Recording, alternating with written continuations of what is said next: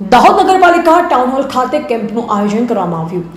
દાહોદ નગરપાલિકા town hall ખાતે Vayvandana, Aadhaar card, ration card, senior citizens, Ayushman card, Kisan Samman, Vahli દીકરી યોજના, ધન્વંતરી આરોગ્ય રથ જેવા કાર્ડ એક જ સ્થળે આમ જનતાને કોઈ મુશ્કેલી ન પડે તેવા આશય સાથે કેમ્પનું આયોજન કરવામાં આવ્યું હતું, જેમાં ધારાસભ્ય કનૈયાલાલ કિશોરી, નગરપાલિકા પ્રમુખ ગોપી દેસાઈ અને દરેક વોર્ડના કાઉન્સિલર મિત્રોની હાજરીમાં આ કેમ્પને ખુલ્લો મૂકવામાં આવ્યો।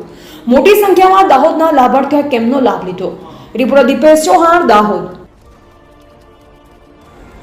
ભારતને 2047માં વિકસિત રાષ્ટ્ર બનાવવાનું સ્વપ્ન સાકાર કરવાના ભાગરૂપે વન નેશન વન ઇલેક્શન એટલે કે એક રાષ્ટ્ર એક ચૂંટણીના સંદર્ભે જનજાગૃતિ અંગે અને પ્રબુદ્ધ નાગરિકોને આ વિચાર સમાજમાં ફેલાવવા અને જનમત ઊભો કરવાના ભાગરૂપે આજે દાહોદ વિધાનસભા ખાતે એક પ્રબુદ્ધ નાગરિક સંમેલન યોજવામાં આવ્યું।